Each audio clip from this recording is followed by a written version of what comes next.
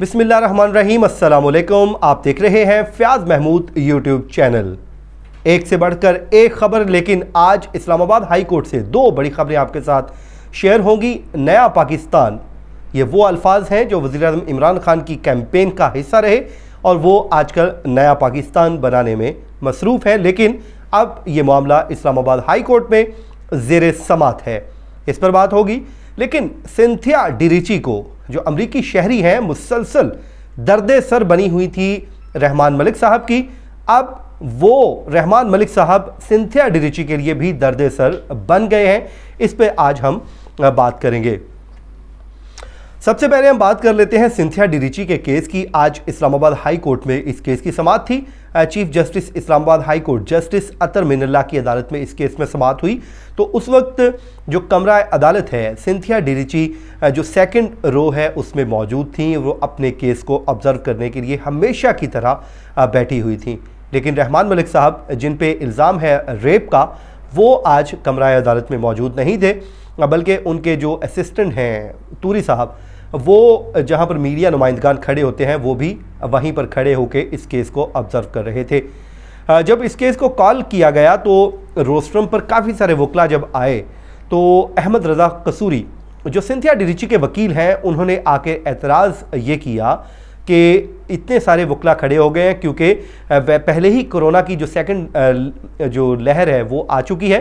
तो बराए मेहरबानी सर, अब तमाम जो वकला हैं इनको पीछे कर दें। तो जिसके बाद जो वकला हैं वो वहाँ से अपनी अपनी नशिस्तों पर चले गए। चीफ जस्टिस ने भी कहा कि बिल्कुल कोरोना फैला हुआ है, और साथ ही उन्होंने कहा कि कसूरी साहब, आप भी जो अपना मास्क है इसको अपने जो नाक पर कर लें ताकि जो कोरोना है उससे आप भी बचें और दूसरे भी महफूज रहें।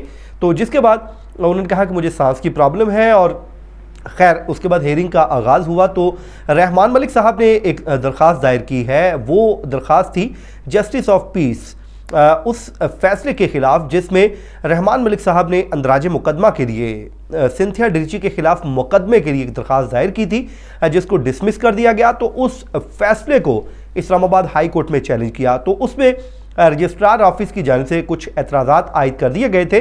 तो अदालत ने उन एतराज़ात को रिमूव किया और साथ ही साथ अदालत ने सिंथिया डिरीची को, जो कमरा अदालत में ही मौजूद थी, नोटिस जारी कर दिया। अदालत ने पूछा कि कसूरी साहब, आप इस नोटिस को वसूल करते हैं? तो उन्होंने कहा कि बिल्कुल, हम कमरा अदालत में ही हैं, तो ये नोटिस हमें आप दे दें। तो जिसके बाद वो नोटिस वसूल हुआ। तो अब अदालत ने अंदराज मुकदमा की दरख्वास्त पर सिंथिया डिरीची से भी जवाब तलब कर लिया है। क्योंकि आज रहमान मलिक साहब के जो सीनियर काउंसिल हैं शाखावर, वो अदालत में पेश नहीं हुए, तो जिसके बाद अदालत ने एक मुतफ़िका तौर पर डेट फिक्स की है। वो 13 नवंबर की तारीख रखी है, जिसमें अदालत ने वाज़ेह तौर पे कह दिया है कि जनाब, अगर आइंदा समात पे भी कोई वक्त मांगेगा तो फिर हम इन दरखास्तों को डिस्पोज ऑफ कर देंगे। क्योंकि इस पे एक तो सिंथिया डिरीची को डिपोर्ट करने का मामला भी ज़ेर समात है। उसके अलावा क्योंकि उनका जो वीज़ा है वो एक्सपायर हुआ था, तो वज़ारत दाखिला ने एक अपना फैसला जारी किया था जिसमें उनको ऑर्डर किया था कि वो फौरी तौर पर मुल्क छोड़ दें, लेकिन अदालत ने उस फैसले को मअतल कर रखा है। तो सिंथिया डिरीची उसी फैसले की रोशनी में पाकिस्तान में मुकीम है। तो अदालत ने यह भी कहा कि जो रहमान मलिक के ख़िलाफ़ रेप का मुकदमा दर्ज करवाने की दरख्वास्त है सिंथिया डिरीची की, इन तमाम तर दरख्वास्तों पे अब 13 नवंबर को समाअत होगी।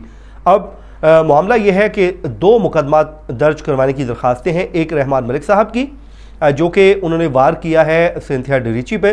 पहले तो वो सिंथिया डिरीची ही अपने इल्ज़ामात को लेके आगे मुसलसल इस केस की पैरवी कर रही थी, और अब रहमान मलिक को भी याद आया कि उन्होंने भी इन पे मुकदमा एक दर्ज करवाना चाह रहे हैं। तो अब देखते हैं कि वो मुकदमा, दोनों मुकदमात में से किन की दरखास्तों पर अदालत अहकाम जारी करती है, या ये भी हो सकता है कि अगर दोनों की अलावा हो जाती हैं तो दोनों के ऊपर मुकदमात दर्ज होंगे, फिर दोनों को ही ज़मानतें करवानी पड़ेंगी। तो रहमान मलिक साहब तो अदालत में नहीं आते, वो कम ही आते हैं। एक बार आए तो उस दिन वैसे भी समाअत नहीं थी, लेकिन वो आए ज़रूर।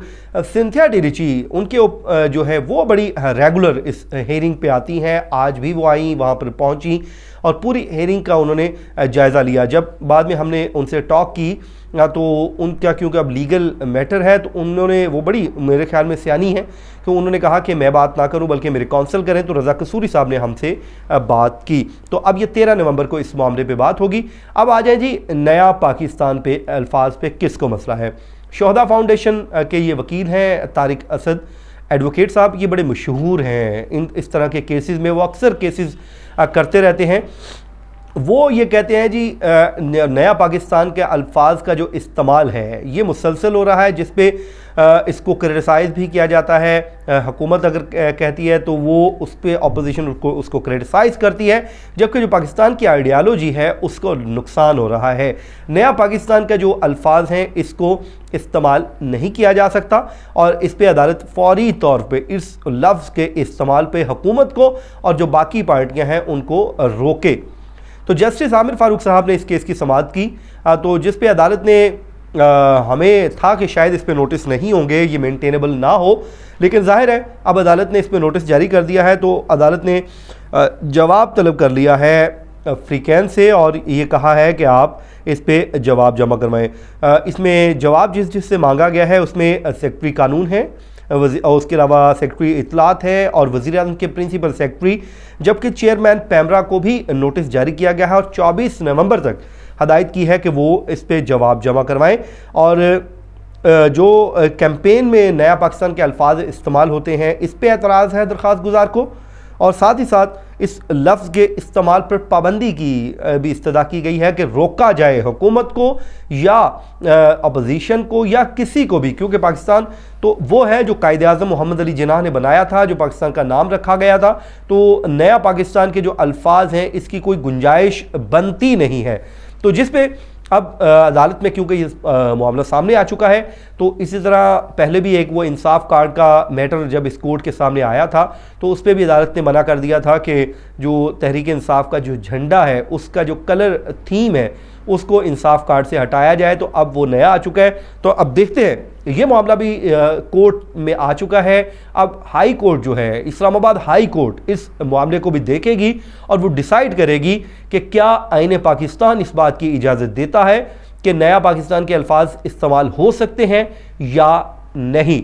अगर तो अदालत ये समझेगी कि नहीं हो सकते तो यकीनन फिर अपोजिशन और हुकूमत दोनों के लिए ये अल्फाज इस्तेमाल करने पर पाबंदी आयद हो सकती है। तो अब देखते हैं कि आने वाले दिनों में इस पर क्या ये किस रुख को ये मामला इख्तियार करता है।